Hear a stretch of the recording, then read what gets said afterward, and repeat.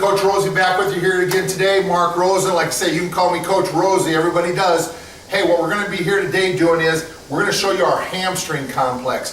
So many of our athletes we work with are quad dominant. What that means is they do everything on the front side. So our backside, our hamstrings, are sometimes pretty weak.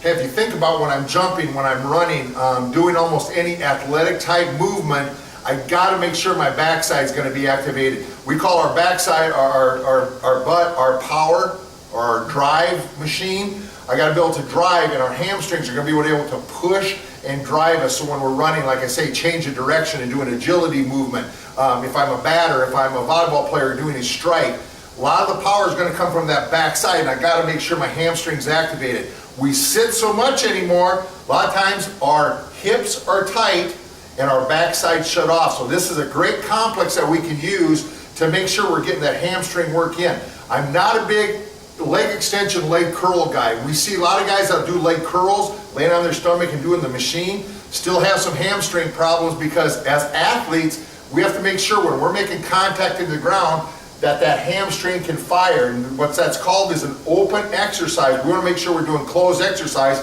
where our point of contact, we're having a foot or something on the ground. That's why this is such a great exercise. What we're going to do is show you the different movements we do with this complex. The key is here, we got Coach back here again today, Coach Renette. What she's going to do is bend the knees, and the key is here is make sure my heels are into the ground and my toes are up. If my toes are on the ground, I'm not getting activation on the back side. So I got to make sure heels on the ground, toes are up. First one we're going to do in our complex, normally again, we do 10 to 15 reps of each one of these movements. For here, we're only going to show about 5 or 6. What Coach is going to do is she's going to push her hips up. What we're thinking is I'm driving my knees away and shoulders into the ground. So it's not just lifting my belly button up, but I want to lift long and squeeze. So think lift, long, squeeze the booty, activate those hamstrings. Again, 10 to 15 reps. Next part of the complex, what we're going to do, she's just going to take that leg, lead with the heel. What you'll see a lot of times is folks will bend their leg and be into this position to really get backside activation. I want to try to lock that out, push through that heel up, let the hips come down.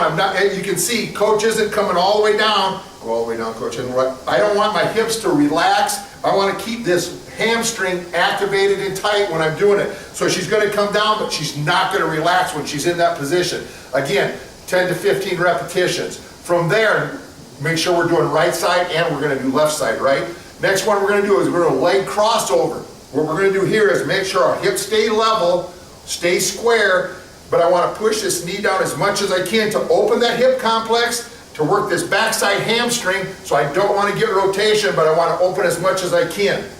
So she's the same thing, going to do 10 to 15 repetition, toes going to be up. By changing the foot position, what we're doing is we're working upper hamstring, middle hamstring, and then lower hamstring. So you're going to feel this through the whole back side of the chain. You're even going to feel it through your lower back. After 10 or 15 there, what Coach is going to do, and this is the big one and tough one, she's going to keep her hips up through the whole movement of this. We're doing leg kickover, so she's bringing her leg down and kicking up. What you can see is she's keeping her hips up the whole time. So I'm not letting my hips drop. I don't want to, as my leg comes down, get it sag into my hips. You're going to feel this a lot on that back side. Again, 10 to 15, right and left. Then what we're going to do is we want to make sure we open up this hip complex. We're going to do windshield wipers. So she's bringing her leg up and bring it out to the side. What we want to do as she opens up, keep this leg locked and square, so I'm stabilizing, I have good stability as I have mobility. A lot of times from sport and athletics, what do we need to do?